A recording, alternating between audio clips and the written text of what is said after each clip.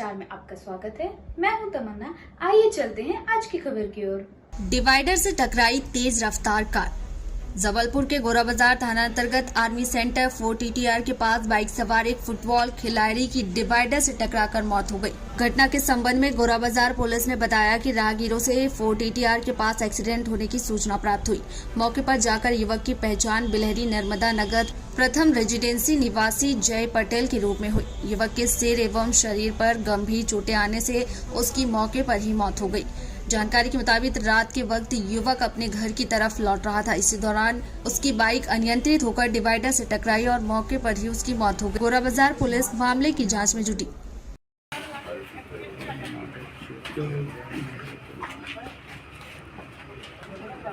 मनोज भाई मनोज सर्वर की है।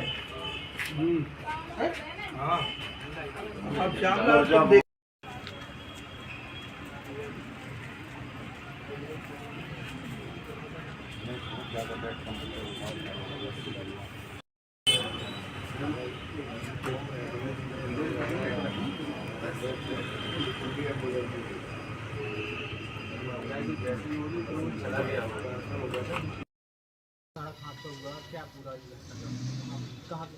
कल दिनांक 12/12/23 के 12:45 बजे मैं रात्रि चेक गश्त अधिकारी था। उस दौरान मुझे कजरवाड़ा पहुंचा ही था कि सूचना प्राप्त हुई कि व्यक्ति 4 TTR के सामने रोड के किनारे पड़ा हुआ है। मैं तत्काल वहां से आया तो आकर के देखा वो व्यक्ति की स्कूटर डिवाइडर से टकरा करके और दूर जाकर पड़ी। वो व्यक्ति रोड के किनारे पड़ा हुआ था। तत्काल उसका जो मोबाइल था मोबाइल के आधार पर उसके पिताजी का फ़ोन आया। तत्काल जो है उसको लेकर के पिताजी आए और फिर इसके बाद में पूरा घटनाक्रम देखने के बाद उसको लेकर के मेडिकल चेकअप कराने के लिए आए। डॉक्टर प्रदीप मरकाम साहब ने उस चेक किए, ECG किए और चेक करने के पश्चात मृत घोषित कर दिए। फिर इसके बाद उसका शव मेडिकल की मरचुरी में रखा हुआ है जो पंचनामा कार्रवाई के लिए आज उपस्थित आए। कहाँ के रहने वाले हैं? ये प्रथम रेसिडेंसी बिलहरी के रहने वाले हैं। रजत पटेल है मृतक का नाम बता दीजिए। जय उर्फ रजत पटेल, उम्र 26 साल, निवासी मकान नंबर 34 प्रथम रेसिडेंसी बिलहरी, थाना गोरा बाजार, जिला जबलपुर का रहने वाला है। SI सामने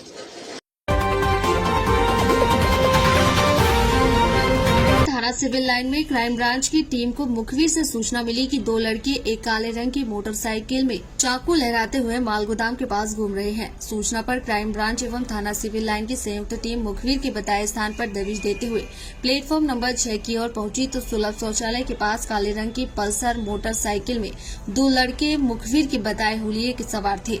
मोटरसाइकिल का चालक बिना हेलमेट लगाए मोटरसाइकिल चलाते आ रहा था, जिसे घेराबंदी कर पकड़ा गया। नाम पता पूछने पर मोटरसाइकिल चालक ने अपना नाम रोहित गुप्ता उम्र 20 वर्ष निवासी शीतला माई अच्छे मियाँ का बाड़ा घमापुर एवं पीछे बैठे लड़के ने अपना नाम रोहित रजक उम्र 25 वर्ष निवासी गोपाल होटल चौराहा के पास लालमाटी घमापुर बताया। तलाशी लेने पर रोहित रजक पैंट की दाहिने तरफ जेब में अंदर एक लोहे का चाकू धारदार बटनदार कटा हुआ लॉक वाला रखे मिला। मोटरसाइकिल चालक रोहित गुप्ता से मोटरसाइकिल के दस्तावेज मांगने पर नहीं होना बताया। आरोपी रोहित रजक के कब्जे से चाकू एवं रोहित गुप्ता के कब्जे से मोटरसाइकिल जब्त करते हुए आरोपियों के विरुद्ध धारा 25 आयुध अधिनियम तथा 146, 177, 177 1 मोटरयान अधिनियम के तहत कार्रवाई की गई।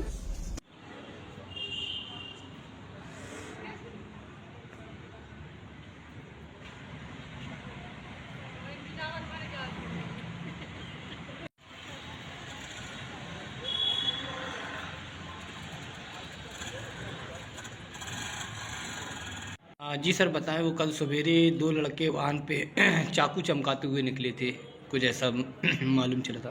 कल सुबह करीब 5-6 बजे हमें व क्राइम ब्रांच की टीम को दो लड़कों के द्वारा प्लेटफॉर्म नंबर 6 पे चाकू लहराते हुए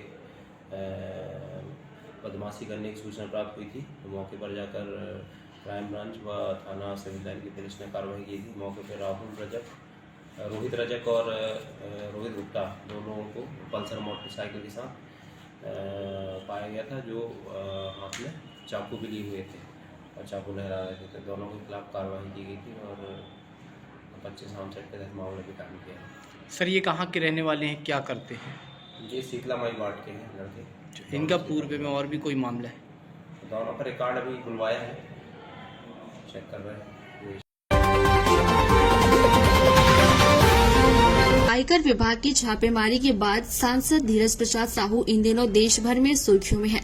उनकी संपत्ति को लेकर देश भर में चर्चा हो रही है, लेकिन इस बात की जानकारी कम ही लोगों को होगी कि धीरज साहू का परिवार आजादी से पहले पूरे पूर्वी भारत के अग्रणी कारोबारियों की सूची में शामिल है।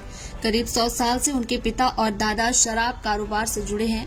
उनके शराब कारोबार का व्यवसाय सिर्फ झारखंड और उड़ीसा तक ही नहीं, बल्कि देश के 7 राज्यों में साहू परिवार की गिनती बड़े शराब कारोबारियों में आती है। सांसद धीरज साहू के पिता ने 1947 में देश को आजादी मिलने के बाद अर्थव्यवस्था की मजबूती के लिए अपने हिस्से की बड़ी संपत्ति भारत सरकार को दान में दी थी। सांसद धीरज साहू का पैतृक आवास झारखंड के लोहरदगा जिले में है। लोहरदगा से ही उनके पिता बलदेव प्रसाद साहू अपने कारोबार को देश भर में फैलाया। बलदेव प्रसाद साहू ने आजादी की लड़ाई में भी बढ़ चढ़कर हिस्सा लिया। उन्होंने कई स्वतंत्रता सेनानी और उनके परिजनों को बढ़ चढ़कर मदद की। बलदेव साहू खुद भी एक स्वतंत्रता सेनानी थे। देश के प्रथम राष्ट्रपति राजेंद्र प्रसाद समेत कांग्रेस के कई वरिष्ठ नेताओं से बलदेव प्रसाद साहू का काफी अच्छा रिश्ता रहा।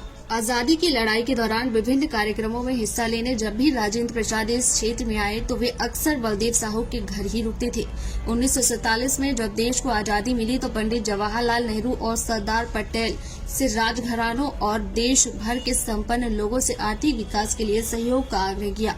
बताया जाता है कि प्रधानमंत्री नेहरू के आग्रह पर तब धीरज साहू के पिता बलदेव साहू ने 47 लाख कैश और 47 किलो सोना भारत सरकार को दान दिया था। 1977 में राजनीति में कदम रखने वाले धीरज साहू ने लंबे समय तक लोहरदगा यूथ कांग्रेस में किया। इसके बाद वे जिला और प्रदेश कांग्रेस कमेटी में विभिन्न पदों पर रहे। 2009 में धीरज साहू ने कांग्रेस उम्मीदवार के रूप में चतरा लोकसभा सीट से चुनाव लड़ा, लेकिन इसमें उन्हें सफलता नहीं मिली। लेकिन उसके बाद राज्यसभा उपचुनाव में धीरज साहू झारखंड से राज्यसभा सांसद निर्वाचित हुए। फिर 2010 में वे दूसरी बार राज्यसभा के लिए निर्वाचित हुए और 2018 में तीसरी बार राज्यसभा के लिए निर्वाचित हुए। राज्यसभा सदस्य के रूप में उनका कार्यकाल 2024 में समाप्त हो रहा है। कांग्रेस के सांसद के घर से कई तरह के सवाल उठ रहे हैं।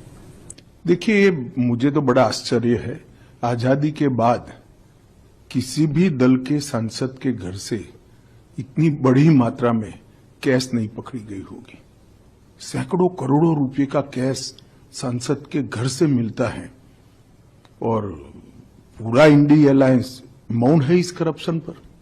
अब मुझे समझ में आ रहा है कि मोदी जी के खिलाफ ये जो एक प्रचार अभियान चला कि एजेंसियों का दुरुपयोग हुआ है, वो क्यों चलाया गया? क्योंकि इनके जहन में एक डर था कि हमारे करप्शन के सारे कच्चे चिट्ठे खुल जाएंगे।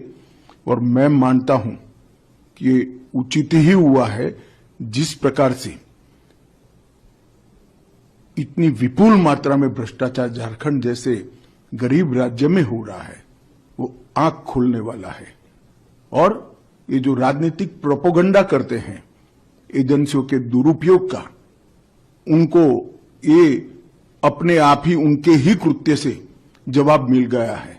इतना भारी करप्शन करने के बाद भी अगर कोई एजेंसी काम न करे तो एजेंसी की क्षमता पर सवाल उठते हैं। ये थी आज की खबरें। हमारे चैनल से जुड़े रहने के लिए इसे लाइक करें, सब्सक्राइब करें और बेल आइकन दबाना ना भूलें। आप देख रहे हैं जनता के लिए, जनता की आवाज, जनता समाचार। अन्य खबरों के लिए हमारा चैनल सब्सक्राइब करें।